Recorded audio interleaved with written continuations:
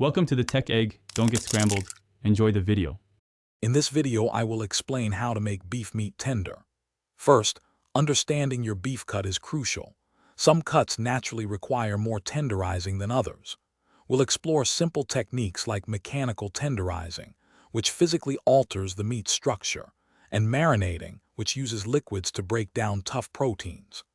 These methods are easy to apply and will significantly improve your beef's texture, ensuring a delicious and tender result every time you cook. Mechanical tenderizing is a straightforward way to improve texture. Using a meat mallet, you can pound tougher cuts like flank steak or round steak to a uniform thickness, which also helps break down those stubborn muscle fibers. Another technique is scoring, where you make shallow cuts across the grain on the surface of the meat. For very tough cuts, grinding or slicing them very thinly against the grain before cooking can also make a huge difference. Marinating is a fantastic way to add flavor while tenderizing.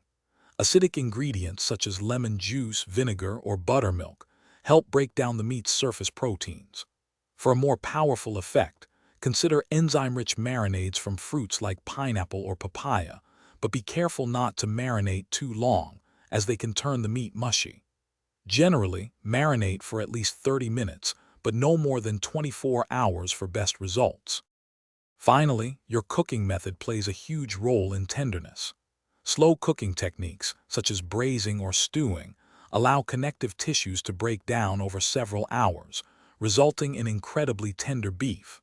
Always cook your beef to the correct internal temperature. For example, a medium-rare steak is 135 degrees Fahrenheit. Remember to check the description for a link to the Owala water bottle and other great deals. Staying hydrated is important, especially when you're busy in the kitchen, creating delicious meals. Thanks for watching. Consider subscribing if I helped unscramble your problems.